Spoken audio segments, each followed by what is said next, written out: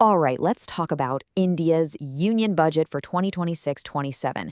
Now think of it like this. It's the nation's financial game plan for the year. It lays out exactly where the money's coming from, where it's all going, and the big vision behind all that spending. So let's get into what this really means for the country's path forward. So right at the top, we've got the big theme for this year. Viksit Bharat, balancing ambition with inclusion. What does that actually mean? Well, Viksit Bharat is this idea of a developed India. The government is aiming for some really ambitious growth, but, and this is the key part, they want to make sure everyone, and I mean everyone, gets a piece of that pie. It's all about growth that includes us all. Okay, here's how we're going to break this down. First, we'll look at the financial blueprint. Then we'll get into the nitty-gritty of the numbers.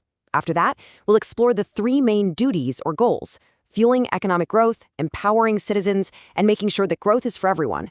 And finally, we'll connect it all to the long-term goal for 2047. All right, let's dive into the financial blueprint. The big idea here is what the government is calling the three duties, or kartavyas. Think of these as the three main pillars that hold up the entire budget. Every single decision, every rupee allocated, it all comes back to one of these three core ideas. So what exactly are these three duties? First up, accelerating and sustaining economic growth. Basically, step on the gas. Second, fulfilling aspirations and building people's capacity. This is all about investing in us, our skills, our potential. And third, making sure everyone has access to resources. This is that Sabka Saath, Sabka Vikas idea. Growth with everyone, for everyone's development. These three things, they're the real DNA of this budget. Okay, enough with the philosophy. Let's get to the numbers. This is where we see how all those big ideas translate into cold, hard cash. You're about to see just how massive this operation really is. Whoa! Okay, here's the big picture. Let's look at 2026-27. The total income, or total receipts, is expected to be around 50 lakh crore rupees. That's a huge number. But then look at the spending side. The total expenditure is planned at 53.5 lakh crore. So you can already see there's a gap, right? That difference, that's the fiscal deficit. It's about 17 lakh crore rupees. That's the amount the government needs to borrow to make up the difference. It really puts the scale of this whole thing into perspective. So where is all this money actually coming from? This chart gives us a nice breakdown. A big chunk comes from corporation tax and income tax, from companies and individuals. Then you've got GST, but look at that biggest slice. 24% is from borrowings and other liabilities. That's almost a quarter of the budget. And it's a really important thing to watch because, all that borrowing has to be paid back with interest on the line. Now, this is a really, really important chart. It shows the growth in something called capital expenditure, or CAPEX. So what is that? Well, this isn't money for day-to-day expenses. This is money for building stuff. Think roads, bridges, ports, high-speed rail. It's a direct investment in the country's future. And as you can see, it's getting a big boost, up to 12.2 lakh crore.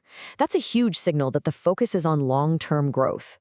We've mentioned this term a couple of times, fiscal deficit. You hear it thrown around all the time, but what is it, really? Super simple.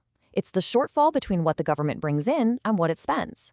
It's basically the amount it has to borrow each year to balance the books. A smaller deficit is usually a good thing.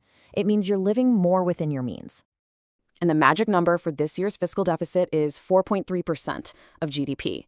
Now, why does this specific number matter so much? Because everyone from global investors to credit rating agencies is watching it. A steady, controlled number like this sends a message of stability. It says, hey, we're managing our finances responsibly, and that in turn helps bring in more investment. Okay, so we've seen the numbers. Now let's see what that money is actually doing. We're jumping into the first duty, fueling economic growth. This is all about the big plans to boost productivity and make India more competitive on the world stage.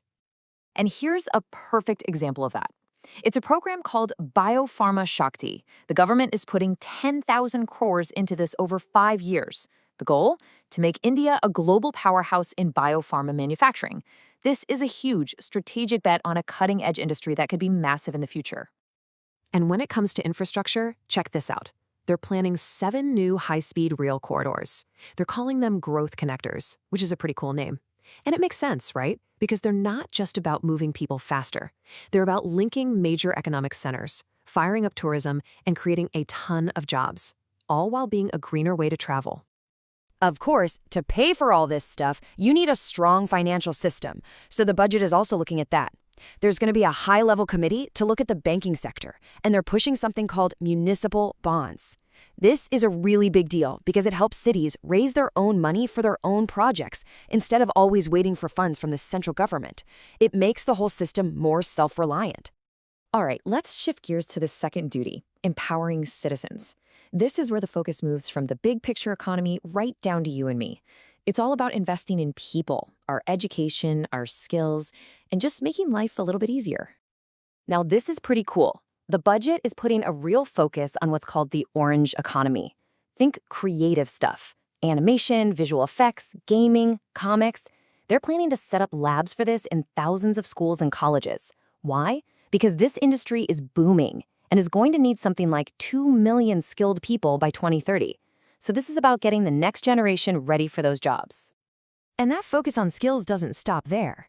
In higher education, there are some really interesting moves. For one, they're building a girls' hostel in every single district for students in STEM fields, a great step for women in science and tech. There's also a new National Institute of Design coming to Eastern India. And they're even upskilling 10,000 tourist guides to really level up the tourism experience. You know, empowering people isn't always about these huge, grand programs. Sometimes it's about the small stuff, the things that just make life less of a hassle.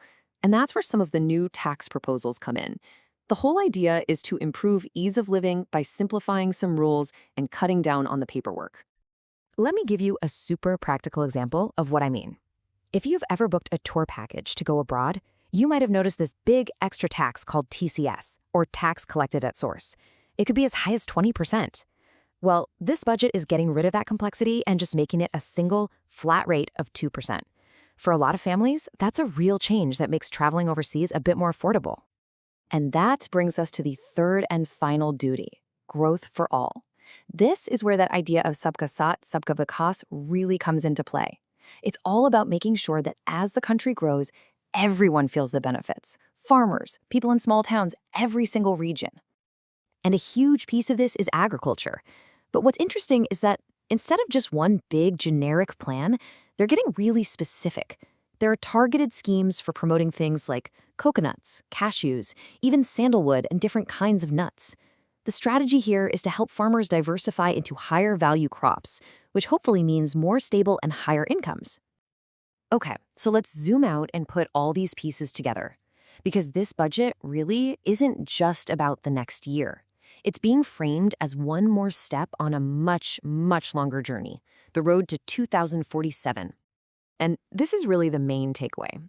All these things we've talked about, the massive investments in infrastructure, the bet on new industries like biopharma, the focus on skilling our youth, and that push for inclusive growth, they're not random. They're all meant to be building blocks for that huge, ambitious goal of Viksit Bharat, a developed India, by 2047, which is when the country will celebrate 100 years of independence. So there you have it. The plan is on the table. It's this intricate mix of investing for the future, reforming the economy, and providing social support. But a plan is just a plan. The big question that remains is this: how will the execution of this budget actually shape India's journey over the next couple of decades?